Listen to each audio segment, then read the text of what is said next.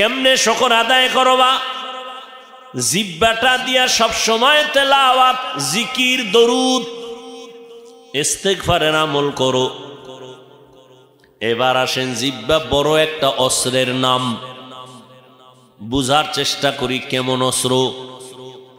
বলে এটা বেলেটের মতো, চারোদিকে ধার, ডানেও কাটে, বামেও কাটে, সামনেও কাটে, পেছনেও কাটে, বেলেটের মতো। বলে কেমন? জিহ্বা নাড়াইয়া একজন বিধর্মী মানুষের সামনে বলে লা ইলাহা ইল্লাল্লাহ, সাথে সাথে তার নামটা এখন ঈমানওয়ালার খাতায় চলে আসছে। জিহ্বার এক কথা।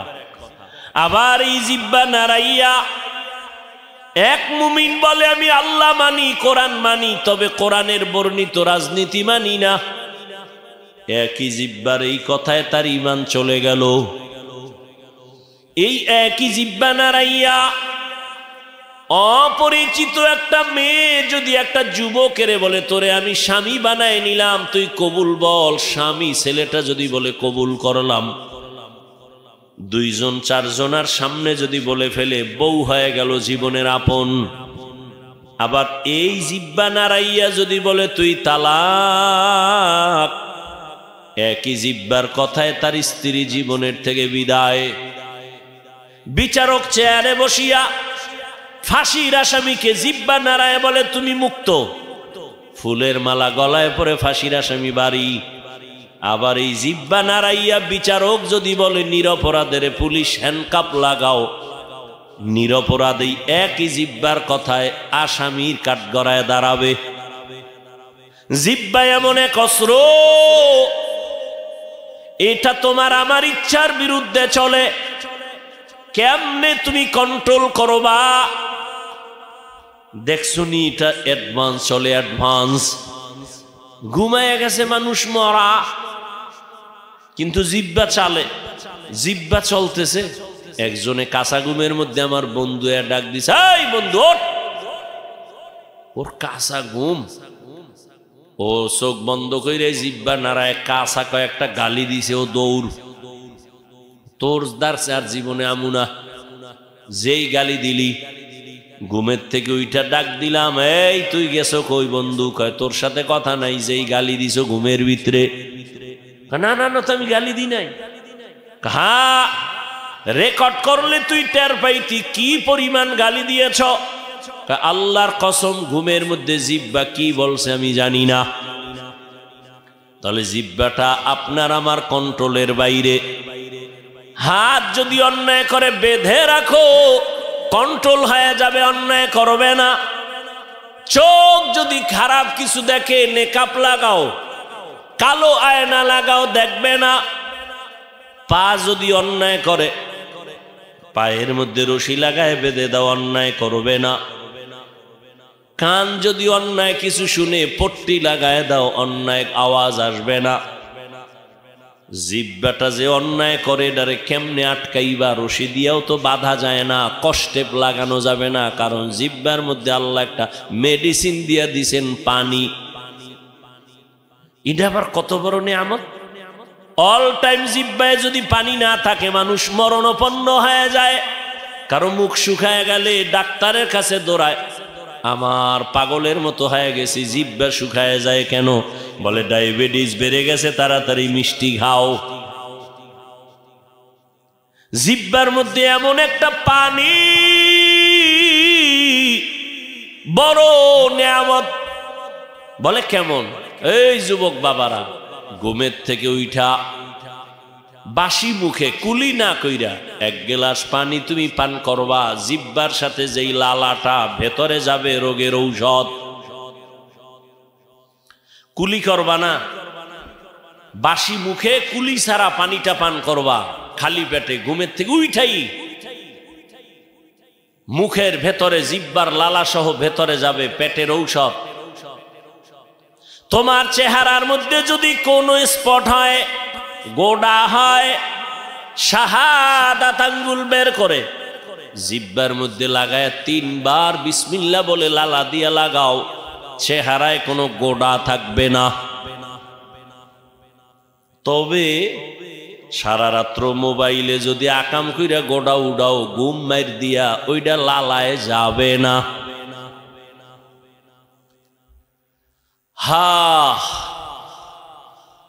যুবকেরা বাঁচতে চায় বেশি, কিন্তু মেশিন যা নিয়ে ঘুরে দ্রুত মরার মেশিন। আমার কাছে খুব কষ্ট লাগে, বাঁচতে চায় বেশি কিন্তু মেশিন লয়ে ঘুরে মরার, দ্রুত মরতে পারে। কারণ এই মোবাইল কিডনি দুর্বল করে, হার্ট দুর্বল করে, ব্রেন দুর্বল করে, চোখের পাওয়ার নষ্ট করে এই মোবাইল, কানের পাওয়ার নষ্ট করে। চরিত্র তো নাই, লেখাপড়া নাই, মা বাবার সাথে ভালো আচরণ নাই। যুবকেরা এই মরণ ফাঁদ লইয়া লইয়া পকেটে ঘুরে, কাছে লইয়া ঘুমায়। যুবকদের আর একটা মরণ ফাঁদ হলো বাইক। কি বাইক কয় নি এলাকায়? কি কয়? Motor cycle. এটার উপর উঠলেই শরীর গরম, শীত নাই, গরম, আগুন বাইর হয়। আর এক জায়গায় গিয়া ধাম করে ফইরা যায়। একদিকে হুন্ডা থাকে আর একদিকে ফইরা, রক্তক্ষরণ নাই, জায়গায় শেষ। নামাজ রোজা নাই, মাওলায় হেফাজত করবে তো বান্দার কিছু আমলের দরকার। রসুল শিখাই দিছেন ঘর থেকে বের হলে এই দোয়া পড়ে। গাড়িতে উঠছো, বিমানে উঠছো, 5টা সূরা পড়ো। কুল ইয়া আইয়ুহাল কাফিরুন ইযা জাআ নাসরুল্লাহ, কুল হুয়াল্লাহু আহাদ, কুল আউযু বিরাব্বিল ফালাক, কুল আউযু বিরাব্বিন নাস। সাথে সাথে আল্লাহ একদল ফেরেশতা তোমার পাহারাদার বানায় দিবেন। দুনিয়ার সব বিপদে পড়লেও তোমাকে আল্লাহ হেফাজত করবেন এই আমলের বরকত। আর তুমি উঠেই বিড়ি টানা শুরু করো, ঘর থেকে বেরি হয় একটা আগুন লইয়া। কি বাপ, বিড়ি মুখে দিলে কি ভাব জানে, কঠিন ভাব। অথচ ওই বিড়ি সাদা কাপড়ে ধোঁয়াটা মারো, দেখো কেমন, তোমার কলিজা এর থেকে আরো খারাপ। এর উপরেরটা যারা টানে, মদ পান করে, গাঞ্জা খায়, এটি তো ক্যান্সারে মরবে নাকি এমনে মরবে, এত সোজা। একটা মানুষও শান্তিতে মরে না এই যারা এই নাপাক খায়, নাপাক। আল্লাহ সব ভাইকে হেদায়াত দান করুন। তো জবানটাকে কন্ট্রোল কেমনে করি? হাত আটকায় রাখা যায়, পা আটকায় রাখা যায়, কান আটকানো যায়, চোখ আটকানো যায়, জিহ্বাটারে আটকানো যায় না, কষ্টে লাগানো যায় না। জবানটারে কেমনে হেফাজত করব, কন্ট্রোল করব? আল্লাহ কয় রে গোলাম, এটা কন্ট্রোল করার মতো তোমার হাতে কোনো পাওয়ার নাই। আমি আল্লাহ দয়া করে একটা মেডিসিন দিলাম, এটা ব্যবহার করো, জিহ্বা কন্ট্রোল হয়ে যাবে। ওই মেডিসিনের নাম হলো তাকওয়া। হরকে দারত খৌফে হকদার দিল মদম, জান্নাতুল মাওয়া দেহদ ও রামকাম। জবানের কন্ট্রোল করে রে মুমিন।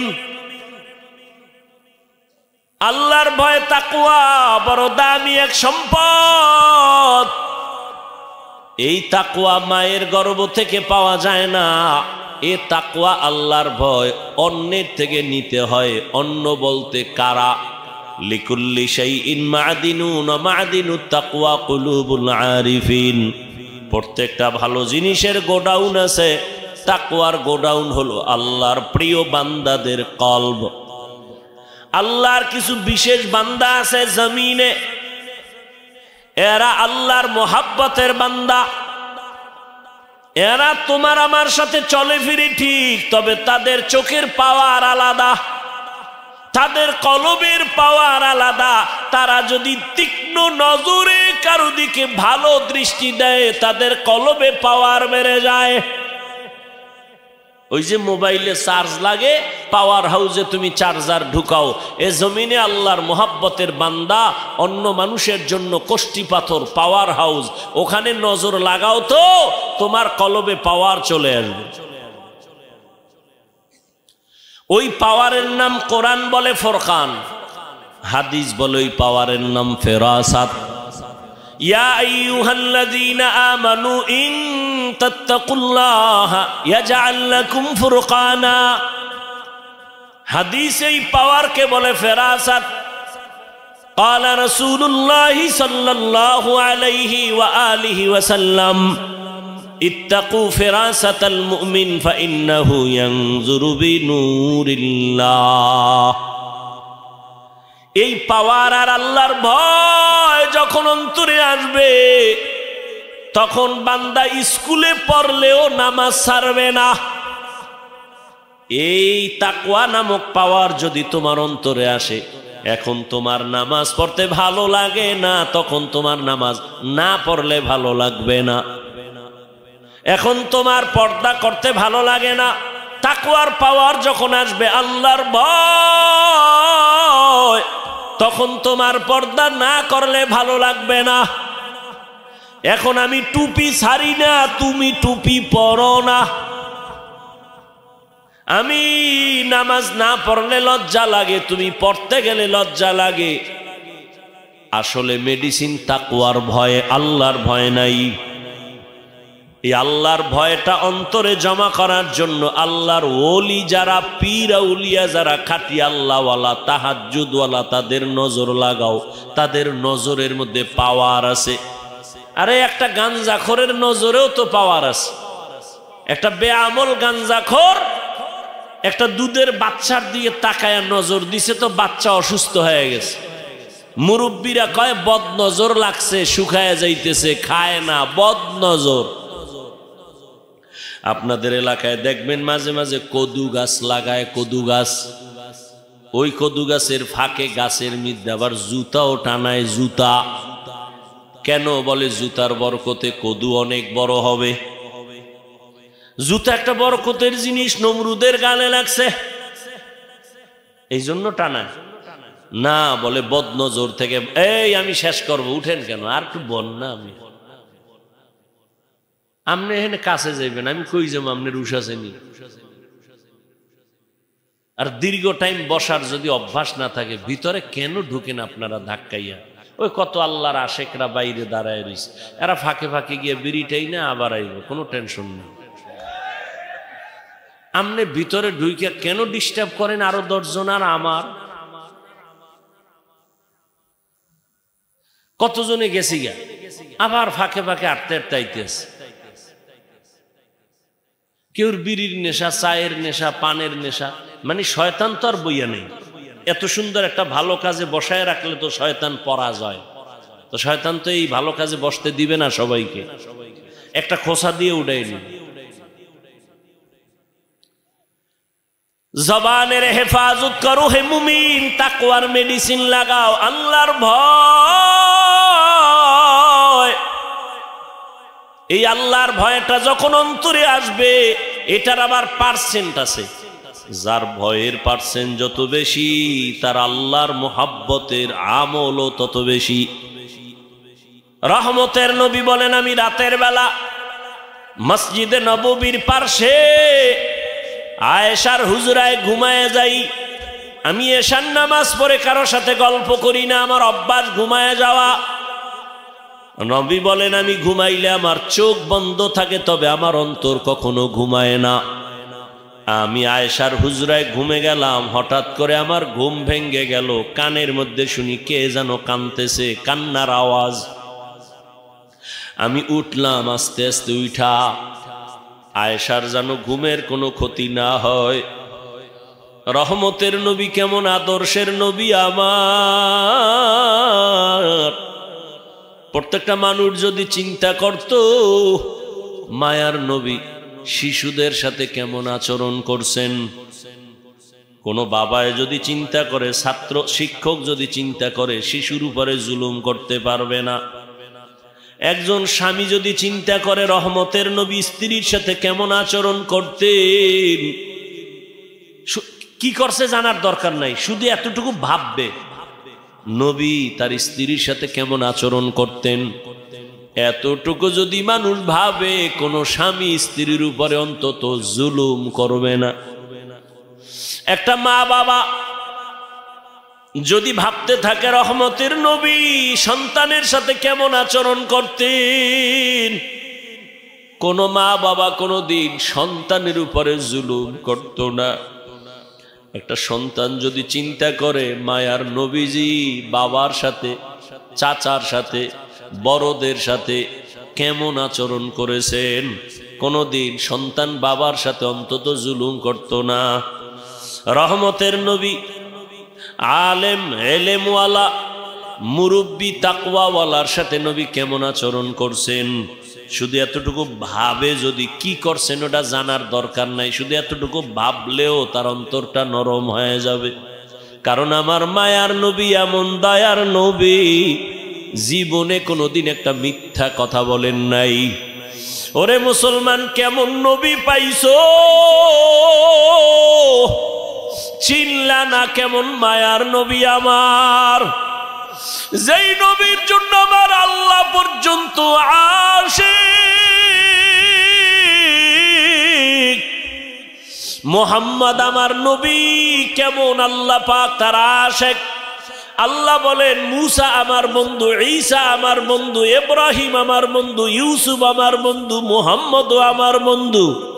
তবে সব নবী রাসূল আমি আল্লাহর আশিক, আর আমি আল্লাহ নিজে শুধু মুহাম্মদের আশিক। ব্যবধান আছে না নাই? আমার আল্লাহ নবীর আশিক। মায়ার নবী বলে আমি ঘুম থেকে উঠছি, উইঠা আয়েশার ঘুম যেন ক্ষতি না হয়, আমি আস্তে আস্তে উইঠা বের হইলাম। আমার মাথার পার্শ্বেই তো মসজিদে নববী, খেজুর পাতার ঘর। আমি বের হইয়া নজর করে তাকায় দেখি ভোর রাত্র হয়ে গেছে।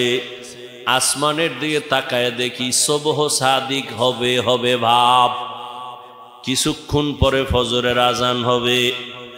আমি মসজিদের দিকে হালকা নজর করে দেখি এই গভীর রাতে আমার ঘুমটা ভাঙলো কে? আসলে তো ইচ্ছা করে কেউ চিল্লানি দেয় নাই, নবীজি দেখাই চোখে পানি আসছে, সাধারণ কোনো ব্যক্তি না।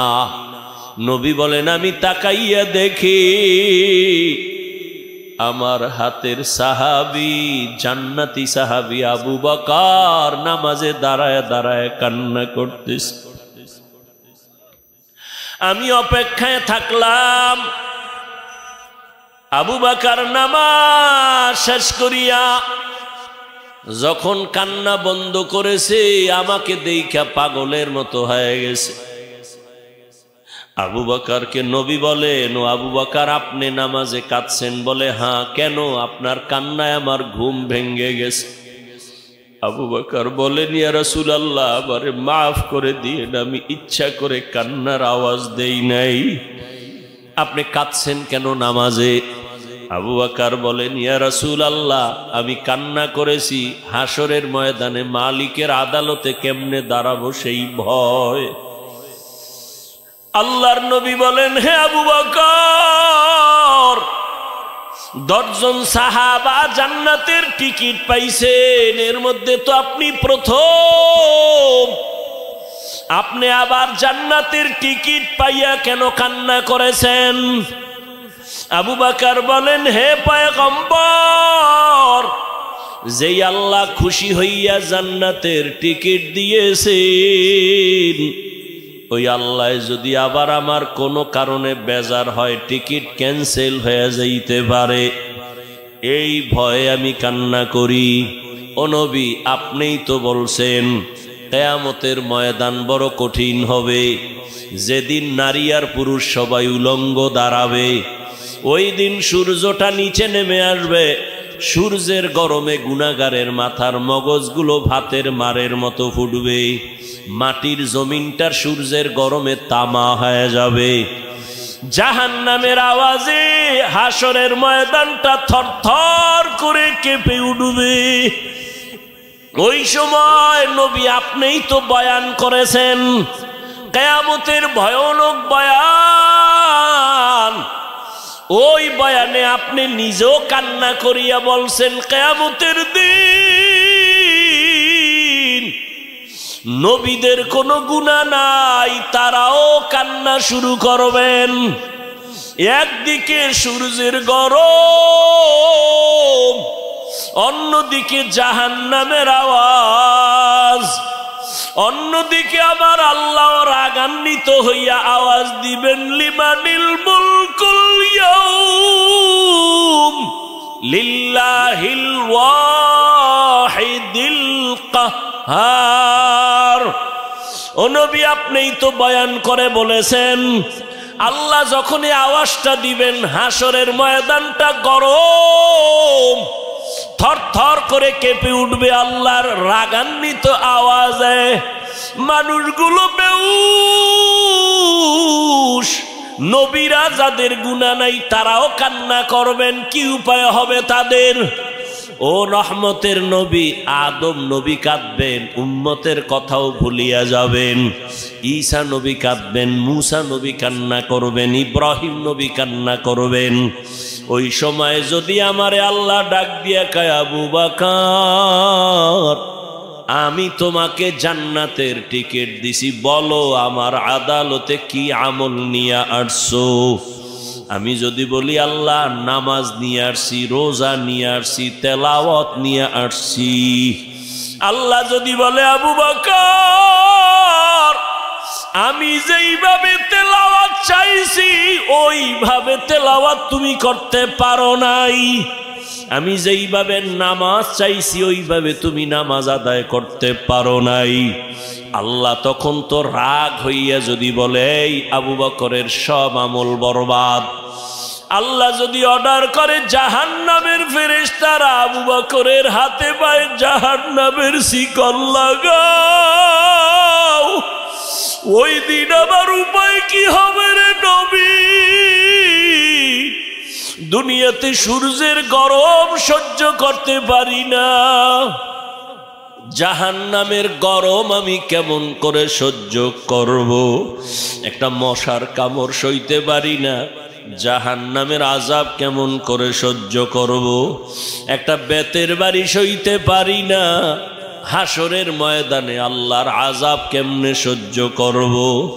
ও আমার কলিজার বাবারা, ও পর্দার আড়ালের মা বোনের, আমার কলিজার যুবক বাবারা, আমি তোমাকে কিন্তু এতক্ষণ যত বয়ান করছি একবারও বলি নাই আমার মতো টুপি লাগাও, আমি একবারও বলি নাই আমি কওমি মাদ্রাসায় লেখাপড়া করেছি তোমরাও স্কুল কলেজ বাদ দিয়া মাদ্রাসায় যাও, একবারও বলি নাই আমি তাবলিগের লাইনের সন্তান, তোমাকে একবারও বলি নাই বাবা তাবলিগে যাও, আমি পীরের মুরিদ, একবারও বলি নাই তুমি পীরের কাছে যাও, বরং আমি তোমাকে সাপোর্ট দিয়া যাইতেছি, আমার মতো সাপোর্ট তোমাকে কোনো বক্তারা দেয় না, জানি না কেউ দেয় কিনা, আমার জানা মতে কোনো বক্তাই যুবকদেরকে এই পরিমাণ সাপোর্ট দেয় না।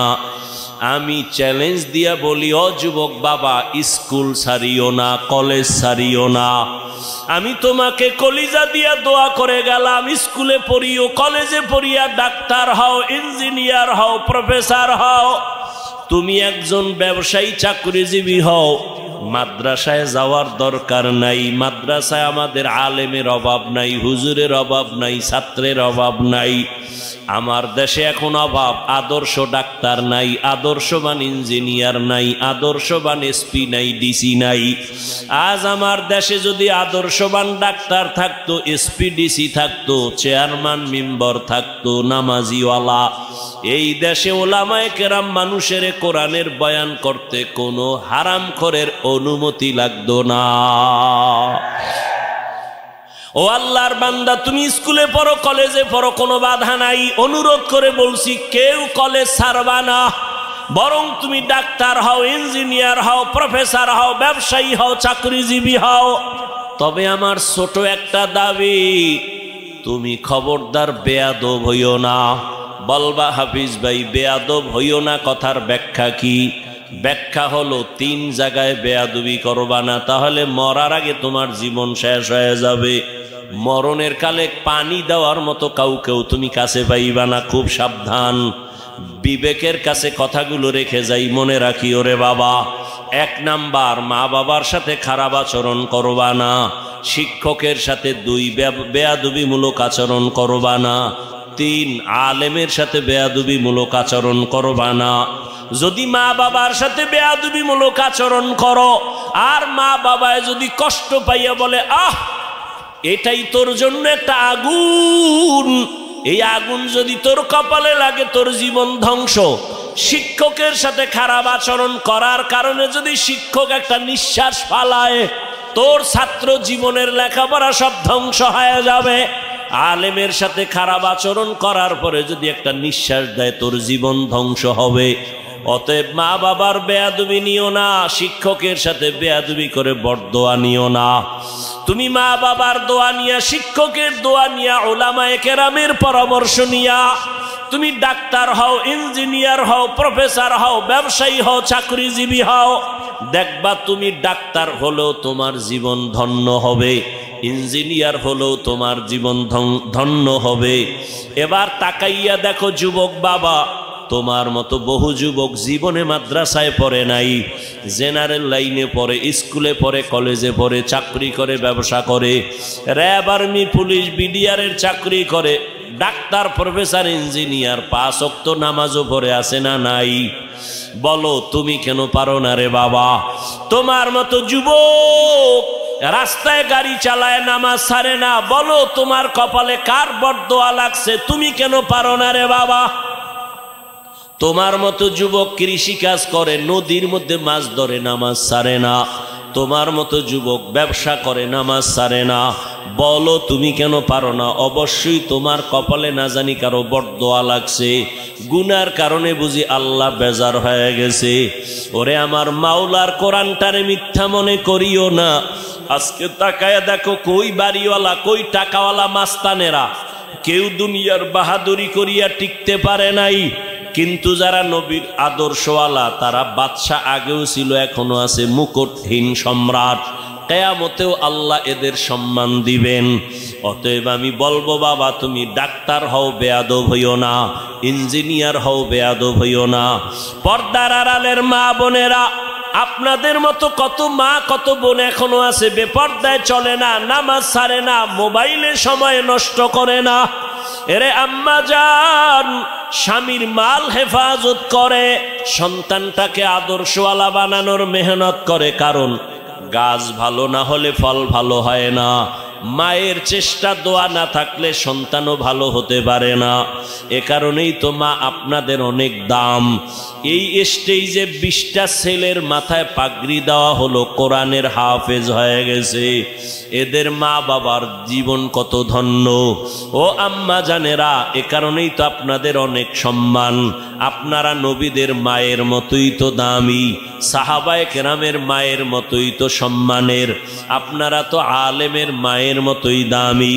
আপনারা তো খাদিজা রাদিয়াল্লাহু আনহার মতো দামি নারী, ফাতেমা রাদিয়াল্লাহু আনহার মতো দামি নারী, আয়েশা রাদিয়াল্লাহু আনহার মতো দামি নারী। আপনাদের মতো মায়ের অবদানের কারণে দুনিয়াতে ভালো ভালো সন্তান আসছে। 1 মিনিটে একটা ঘটনা বলিয়া শেষ করি রে বাবা। মদিনাতুল মুনাওয়ারা থেকে ভারতের মধ্যে একজন আল্লাহর বান্দা আসছে দাওয়াত নিয়া। সবাই তার নাম জানেন, খাজা মঈনুদ্দিন চিশতি আজমিরি রহমাতুল্লাহ আলাই। তিনি ভারতের জমিনে কালেমার দাওয়াত দিতে দিতে লক্ষ লক্ষ বিধর্মী তার হাতে মুসলমান হলো। মায়ের সামনে একদিন খাজা মঈনুদ্দিন চিশতি আজমিরি বড় আনন্দিত।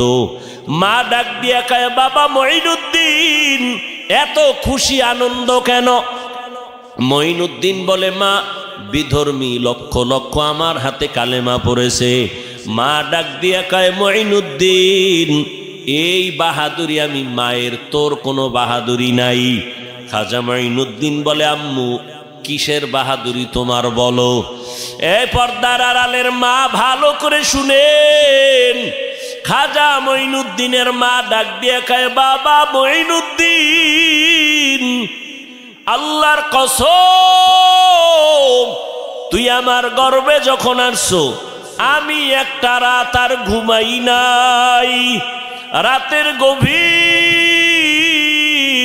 সেজদায় পড়ে মালিকের দরবারে কান্না করেছি, আর চোখের পানি ছেড়ে দোয়া করেছি, হে মালিক, আমার সন্তানটাকে তোমার ওলি হিসাবে দুনিয়ায় পাঠাইও। এই সন্তান মঈনুদ্দিন, তুই দুনিয়াতে যখন আসছো আমি মা তোরে যত দুধ পান করাইছি, আল্লাহর কসম এক ফোঁটা দুধও আমি বিনা উজুতে তোর মুখে দেই নাই, আমি নাপাক অবস্থায় তোরে দুধ দেই নাই। আমি যতবার তোরে দুধ পান করাইছি আগে অজু বানায় নিয়েছি। ও পর্দার আড়ালের মা, যেই মা বাচ্চাটারে দুধ পান করায় অজু অবস্থায়, এই বাচ্চাটা কেন জগৎ বিখ্যাত আল্লাহর প্রিয় গোলাম হবে না? এজন্যই তো বললাম মায়ের কারণে সন্তান ভালো হয়। এরে আম্মা জান, এখনো সময় আছে, তওবা করেন, আল্লাহর কাছে মনে মনে বলেন, হে আল্লাহ, জীবনে আর বেপরদায় চলবো না, আর মোবাইলে সময় নষ্ট করব না, স্বামীর মাল হেফাজত করবেন, খেয়ানত করবেন না, সন্তানকে আদর্শওয়ালা ডাক্তার ইঞ্জিনিয়ার বানাবেন। যুবক বাবারাও তওবা করে নাও, জীবনে অন্যায় তো কম করো নাই, দাড়ি কম কাটো নাই, নামাজ কম ছাড়ো নাই। আল্লাহ যদি হেদায়াত দেয় এখনো সময় আছে, তওবা করো, কোন দিন মরণ হবে জানা নাই। আল্লাহকে মনে মনে বলো, হে মালিক, জীবনে তো কম নামাজ ছাড়লাম না, আজকে থেকে তওবা করলাম, আর দাড়ি কাটবো না, বেপরদায় চলবো না, নামাজ ছাড়বো না। মা বাবার দোয়া নিয়া, শিক্ষকের দোয়া নিয়া, ওলামায়ে কেরামের পরামর্শ নিয়া নবীজির আদর্শ মেনে চলবো। তওবা করার মতো যদি নিয়ত হয়, খাঁটি তওবার নিয়তে দুটো হাত আল্লাহকে দেখাইয়া দাও। আয় আল্লাহ, হাতগুলো কবুল করে নেন, তওবা কবুল করে নেন, তওবার উপরে মজবুত হইয়া চলার তৌফিক দান করেন, আমিন। আলহামদুলিল্লাহি রাব্বিল আলামিন, ওয়াসসালাতু ওয়াসসালামু আলা সাইয়্যিদিল আমবিয়াই ওয়াল মুরসালিন ওয়া আলা আলিহি ওয়া আসহাবিহি আজমাইন। ইয়া আরহামার রাহিমিন, ইয়া আরহামার রাহিমিন, ইয়া আরহামার রাহিমিন। রব্বিরহামহুমা কামা রব্বায়ানি সগীরা। আল্লাহুম্মা ইন্নাকা আফুউন কারীম তুহিব্বুল আফওয়া ফা'ফু আন্না। আল্লাহুম্মা ইন্না নাসআলুকা রিযাকা ওয়াল জান্নাহ ওয়া নাউযু বিকা মিন সাখাতিকা ওয়ান নার। ও দয়ার মালিক, কুদরতের নজর দিয়া তাকাইয়া দেখেন, ওলামায়ে কেরাম, মুরব্বী, হাজী সাহেব, কত ব্যবসায়ী, চাকরিজীবী, আমার কলিজার যুবক বাবারা, ছাত্ররা হাত তুলেছেন, পর্দার আড়ালে কত মা বোনেরা হাত তুলেছেন। আয় আল্লাহ, আমরা সবাই গুনাহগার, জাহান্নামের আসামি। তওবার নিয়তে হাত তুলেছি, আর গুনাহ করব না, আর দাড়ি কাটবো না, নামাজ ছাড়বো না, বেপরদায় চলবো না। ও আল্লাহ, তওবার নিয়ত করেছি, গুনাহ নিয়ে কবরে যেতে চাই না। একটা মশার কামড় দিলে রাতে আর ঘুম হয় না, একটা বেতের বাড়ি সইতে পারি না। গুনাহ নিয়ে কবরে গেলে জাহান্নামের আগুনের গরম, ওই দুই পার্শ্বের মাটির চাপ কেমন করে সহ্য করব? ও আল্লাহ, আপনার মতো দয়াময় কেউ নাই। গুনার দিকে তাকাইয়া আপনি বেজার হইয়েন, গুনাহগার বলি আমাদের ফিরাইয়া দিয়েন না। কোথায় যাব? আপনার দরওয়াজা ছাড়া আর কোনো দরওয়াজা নাই। দুনিয়ার মানুষ এক দরওয়াজায় কিছু গিয়া চাইলে যদি না দেয় আর এক ব্যক্তির দরওয়াজায় দাঁড়ায়। ও আল্লাহ, আপনার দরজা ছাড়া তো আর রহমতের দরজা নাই। আপনার দরওয়াজা বাদ দিয়া যেদিকেই যাব সেদিকেই তো জাহান্নামের আগুন। ও আল্লাহ, আমরা তো আপনার আদরের নবীর উম্মত। গুনার কারণে দিলটা শক্ত পাথর হয়ে গেছে, চোখে পানি নাই। কান্নাওয়ালা চক্ষু দান করেন, আয় আল্লাহ, কান্নাওয়ালা চক্ষু দান করেন। ও আমার কলিজার বাবারা, দুনিয়ার ঘরে আগুন লাগলে পানি ছাড়া যেমন ঠান্ডা করা যায় না, গুনার কারণে জাহান্নামের আগুনও চোখের পানি ছাড়া ঠান্ডা করা যাবে না। ওরে কান্না যদি না আসে, ডানে বামে দেখো কার চোখে পানি। হাতটা বাড়াইয়া দোয়া চাও, কান্নাওয়ালার দোয়া খালি ফেরত যাবে না। ও আল্লাহ, এই ময়দানে কি আপনার পছন্দের কোনো গোলাম নাই? কান্নাওয়ালা কোনো গোলাম কি নাই? আমরা তওবা করছি, আর গুনাহ করব না। মা বাবার সাথে আর বেয়াদবি করব না, আর শিক্ষকদের সাথে বেয়াদবি করব না। ওলামায়ে কেরামের দোয়া নিয়া নবীর আদর্শ মেনে চলবো। আমাদের তওবা কবুল করে নেন, জীবনের গুনাহ মাফ করে দেন। আয় আল্লাহ, মাহফিল কবুল করে নেন, মাদ্রাসা কবুল করে নেন, এলাকায় শান্তি দান করেন। মা বোনদের পর্দাওয়ালা আবেদা বানায় দেন, সন্তানগুলো নেককার বানায় দেন। আয় আল্লাহ, ঘরে ঘরে সুন্নতের বাতি জ্বালায় দেন। আয় আল্লাহ, সুন্নতওয়ালা জীবন দান করেন। নবীজির রওজায় গিয়া সালাম দেওয়ার তৌফিক দান করেন। বাইতুল্লাহর গিলাফ ধরে লাব্বাইক বলার তৌফিক দান করেন। সমস্ত ব্যবসায়ী চাকরিজীবী যারা হালালভাবে কামাই রুজিতে বরকত বাড়ায় দেন, হারাম থেকে হেফাজত করেন। আয় আল্লাহ, প্রত্যেকটা সন্তানকে নেককার বানায় দেন। লেখাপড়া যারা করে পরীক্ষার্থী কামিয়াবি দান করেন। আমার কলিজার প্রত্যেকটা যুবকের দিনদার বানায় দেন। মোবাইলের গুনাহের থেকে হেফাজত করেন। আয় আল্লাহ, সারা দুনিয়াবাসীকে মাফ করে দেন। বাংলাদেশ শান্তির দেশ বানায় দেন। আয় আল্লাহ, পরস্পরে হিংসা দূর করে মোহাব্বত বাড়ায় দেন। চলার পথে আমাদের জানমাল হাল পরিবার হেফাজত করেন। নিরাপদে গন্তব্যে পৌঁছার তৌফিক দান করেন। আয় আল্লাহ, জাহেরি বাতিনি দুশ্মনের মোকাবেলায় বিজয় দান করেন। আয় আল্লাহ, সারা দুনিয়ায় খেদমতের জন্য কবুল করে নেন। আয় আল্লাহ, ইলম হিকমত আমলে বরকত বাড়ায় দেন। উলামা তুলাবা উম্মতের অন্তরে ইজ্জত মুহাব্বত বাড়ায় দেন।